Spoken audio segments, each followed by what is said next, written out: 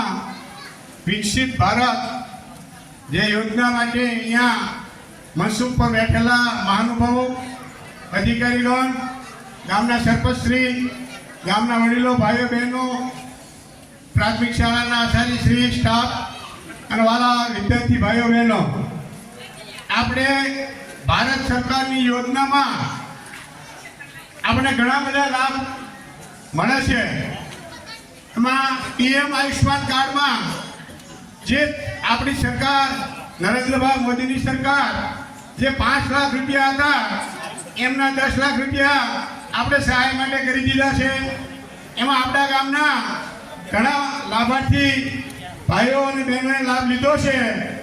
એમના નામ અહીંથી બોલો તો ભાનુબેન મોહનભાઈ ઢાકેસા, મુક્તાબેન રામજીભાઈ વાવડિયા, લાભુબેન ભીખાભાઈ વાવડિયા, મુક્તાબેન જીવરાજભાઈ રૈયાણી, ચંપાબેન બાલાભાઈ નારોલા, રૈયાબેન લાલજીભાઈ ઢાકેસા, વસંતબેન શામજીભાઈ દોમડિયા, મુક્તાબેન ધીરુભાઈ સાવલિયા, સાગરબેન ગોરધનભાઈ સાવલિયા, મુક્તાબેન વલ્લભભાઈ ભંડેરી, બાલાભાઈ ધરમસિંહભાઈ નારોલા, શારદાબેન હિંમતભાઈ ખોખર.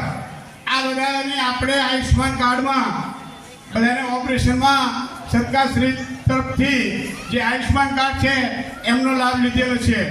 તેમજ જે બહેનોને ડિલિવરી હોય અને સિઝર કરવું પડે હોય એમને પણ આયુષ્માન કાર્ડમાં લાભ મળે છે. એવા બહેનો પણ ઘણાએ આપણા ગામમાં લાભ લીધો છે. તો સરકારશ્રીની યોજના જે આઝાદી આવ્યા પછી આપણી ભાજપની સરકાર આવી ત્યાર પછી જે યોજનાનો લાભ ખેડૂતોને પણ મળે છે. જે દર વર્ષે આપણા ખાતામાં 6,000 રૂપિયા જમા થાય છે. તેમજ ખાતરની સબસિડી આપણા સરકારે નરેન્દ્ર મોદી સાહેબની સરકારે સબસિડી ખાતરના ભાવ વધતા હતા પણ આપણા એમાં અત્યારે નવી યોજના આવી છે વડાપ્રધાન વિશ્વકર્મા યોજના છે. એમાં જે ભાઈઓ સરકારશ્રી દ્વારા ટેકાના ભાવે ખરીદીમાં હું શેરડા અને મગફળી વેચું છું, જેનાથી મને ખૂબ સારો ફાયદો થયો છે. મને ખેતીવાડી શાખા તરફથી સરકારશ્રીના તમામ યોજનાઓથી માહિતગાર કરવામાં આવે છે અને મને છેલ્લા વર્ષમાં સબમર્સિબલ પંપ સેટ ખેતીવાડી ખાતા તરફથી 20,000 સબસિડી સીધા મારા ખાતામાં જમા થયેલ છે. આથી હું સરકારશ્રીનો ખૂબ ખૂબ આભારી છું.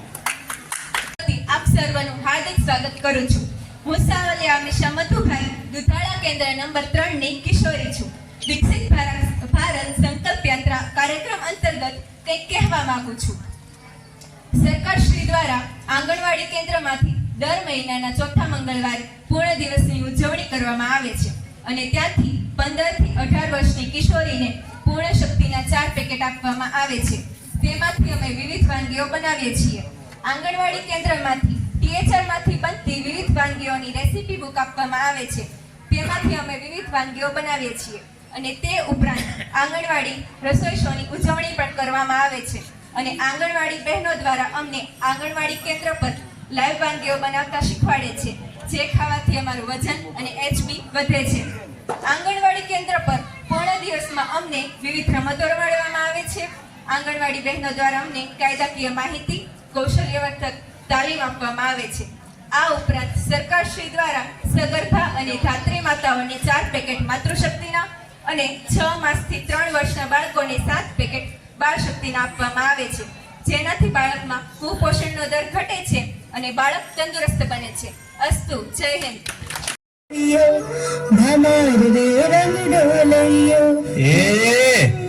જટ લાવ, તારા ગીતડા પછી ગાજે.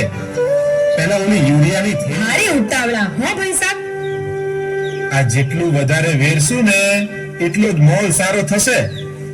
જઈ વખતે ઓલા સુકારાએ મારી ડાંગરનો હોથ વાળી દીધો તો, પણ આ વખતે પાકમાં સુકારો ના આવે ને એટલે જો આ મોંઘી દવા પાણીમાં નાખી છે. શાંતિ માતા, તમે મારા રૂબે રૂબે ઝેર ફેલાવી રહ્યા છો.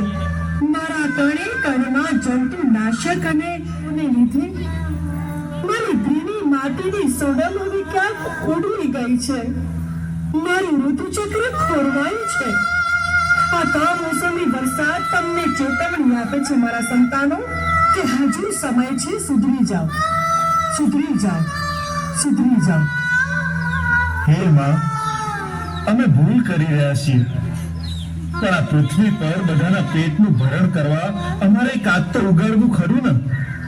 ધાન વગર તારા સોનું ધન ભેગા ચોહી થાય. અરે હું ધરતી વસુંધરા સર મેં આપ્યા છે.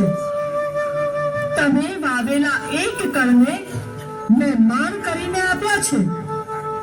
તારા ભરે ભરાય એટલા ધનના ઢગલા કરવા છતાંય તને જરાય સંતોષ નથી.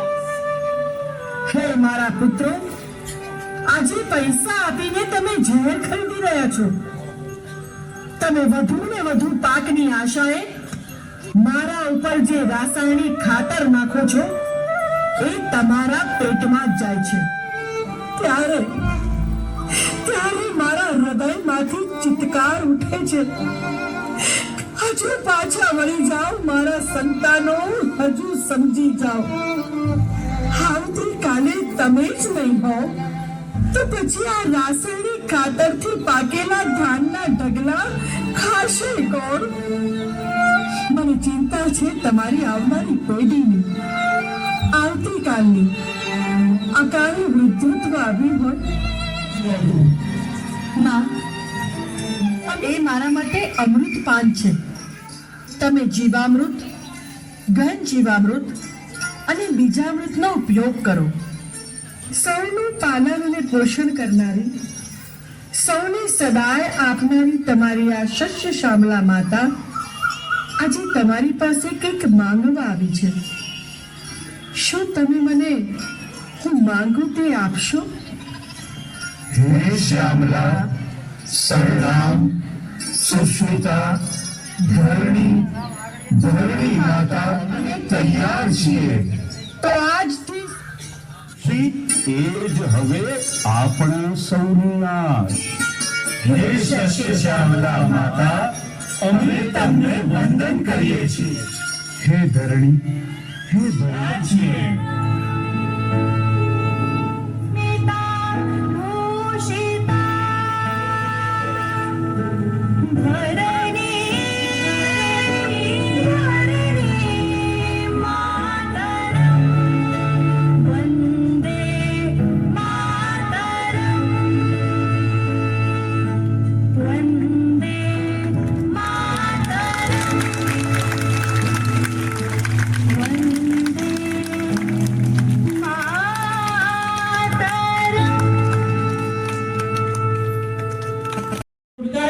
વિકસિત આત્મનિર્ભર રાષ્ટ્રનું નિર્માણ કરીશ. સંસ્થાનવાદી માનસિકતાની ગુલામીની પેઢીઓ દૂર કરીશ.